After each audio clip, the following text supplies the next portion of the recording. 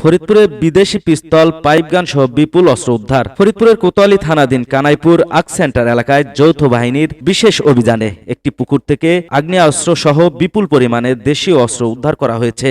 শনিবার 7 ফেব্রুয়ারি বেলা 11টা থেকে বিকাল 4টা 40 পর্যন্ত গোপন সংবাদের ভিত্তিতে লেফটেন্যান্ট কর্নেল মিনহাজের নেতৃত্বে এই অভিযান পরিচালনা করা হয়। অভিযানে স্থানীয় জেলে ও ফায়ার সার্ভিসের সদস্যদের সহায়তায় পুকুরের পানি সেচে তল্লাশি চালানো হয়।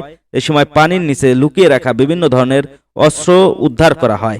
উদ্ধারকৃত অস্ত্রের মধ্যে রয়েছে 4টি পিস্তল ও 16 রাউন্ড গুলি, 2টি কাটা পাইপগান ও 2টি কার্তুজ, 5টি চাইনিজ কুড়াল, 65টি ছোট ও বড় স্যান্দা, 8টি বল্লম, 6টি ছোট ও বড় চাকু, 101টি বর্ষার মাথা, 1টি ট্যাটা এবং 5টি খালি কাচের বোতল।